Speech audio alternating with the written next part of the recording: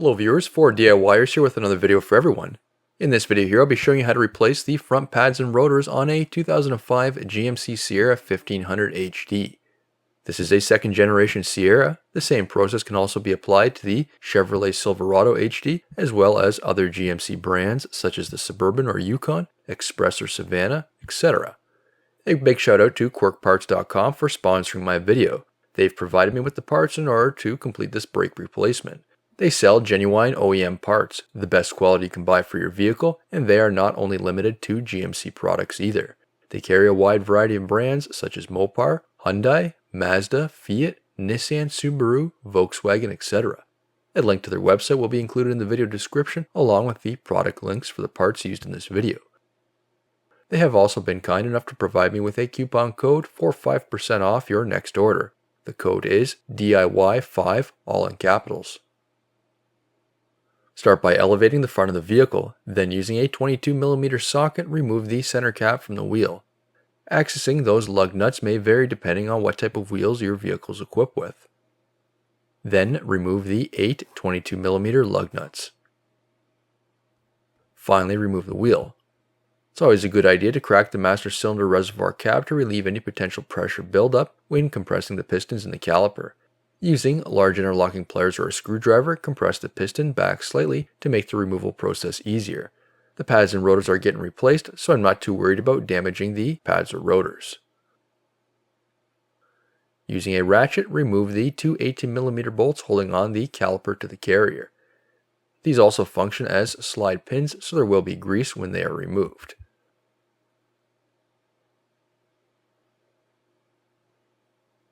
Finally, remove the caliper.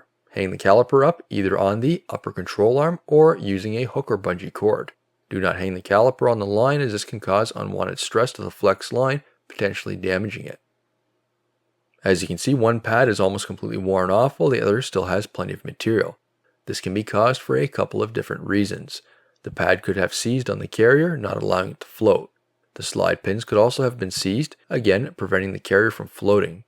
Considering the pistons are on one side, if they would have seized, then both pads would be drastically worn down instead because the caliper with the pads are still able to float. Remove the pads. These simply slide out of the carrier. A hammer can be used if they're stuck. A standard screwdriver is used to remove the anti-rattle clips. New replacements are supplied with the new pads. Now the carrier can be removed. You may need a breaker bar for these if they are seized. These are held on with two 21mm bolts. Then remove the carrier. If the rotor is stuck and you're keeping it, hit between the wheel studs to break it free. If you're not keeping the rotor, then you can hit the braking surface. Now remove the rotor.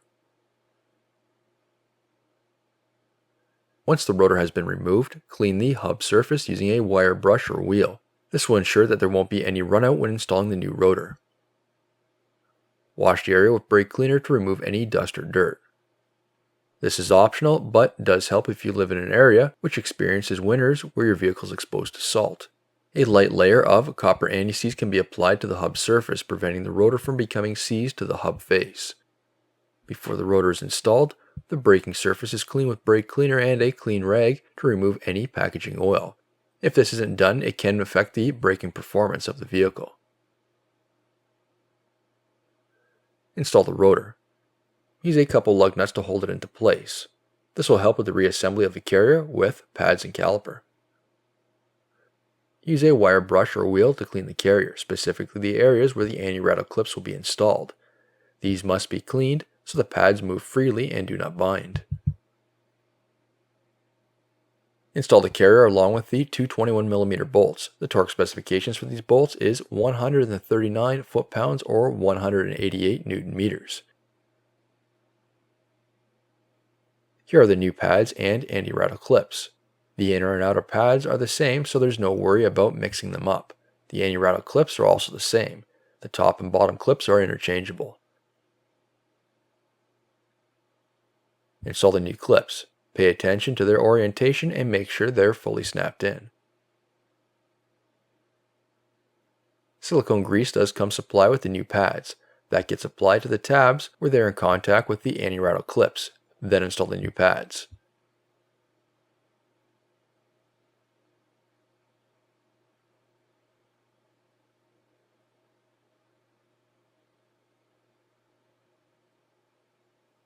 Using an old pad and gear clamp, compress the pistons in the caliper fully.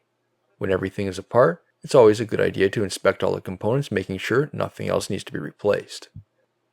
Then install the caliper. The old slide pins are cleaned to remove the old grease. Then silicone is applied to these as well. Also inspect these for any wear or damage and replace as needed.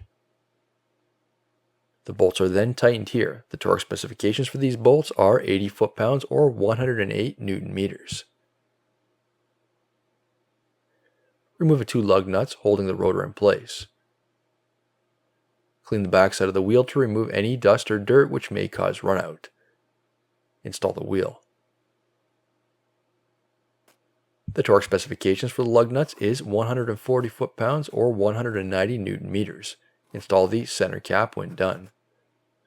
Moving on to the other side with additional angles, again is removing that center cap. Use a 22mm socket to remove the lug nuts.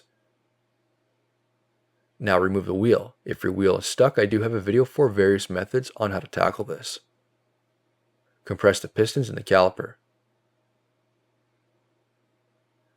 Now using an 18mm socket, remove the 2 caliper bolts. Hang the caliper up, not putting any unwanted strain on the flex line. Remove the old pads. Using a 21mm socket, remove the 2 caliper carrier bolts and then the carrier.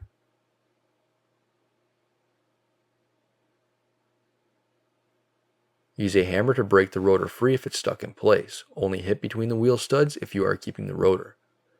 Then remove the rotor. A wire wheel or brush is used to clean the hub surface. After that is washing with brake cleaner to remove any dust or dirt. Apply a light layer of copper anti-seize compound to the hub face. This will make future maintenance easier. Here's the new rotor. Again, the rotor is cleaned with brake cleaner to remove any packaging oil. The packaging oil is there to prevent the bare braking surface from rusting during storage before use. After the rotor is installed, avoid touching the braking surface so it doesn't become contaminated. Install the new rotor and install a couple lug nuts to hold it into place. If you don't have through lug nuts which doesn't allow you to thread them on deep enough, then use washers so it's able to hold the rotor tight in place. Remove the old anti-rattle clips using a standard screwdriver. Then using a wire wheel or brush, clean up the caliper carrier brackets where the clips are installed. Install the caliper carrier with bolts. Any fasteners can also be cleaned up with a wire wheel or brush to make the installation process easier. The torque specifications for these bolts is 139 foot-pounds or 188 Newton meters. Install the new anti-rattle clips. Make sure they are fully seated. Apply a light layer of the supplied silicone grease to the ears of the pads, then install. Make sure the pads do move freely when in place. Use a C-clamp and an old pad to push the pistons back into place. Then install the caliper. Clean the caliper slide pins with a rag, removing the old grease. Apply new silicone grease to the slide pins and then install. The torque specifications for these bolts are 80 foot-pounds or 108 Newton meters. Clean the hub face of the wheel to remove any dirt or debris. Install the wheel and finally the lug nuts. The torque specifications for the lug nuts is 140 foot-pounds or 190 Newton meters. Finally, the cap can then be installed when done. Don't forget to tighten the master cylinder reservoir cap and pump the brake pedal before starting the engine to push the pistons back out. Thank you again to Quirk Parts for supporting my channel. New videos are released every week on my channel. Be sure to hit that thumbs up button. It's a huge help to me, and leave a comment below if you found this tutorial helpful. If you're not a subscriber, be sure to also hit the subscribe button. Thank you for watching.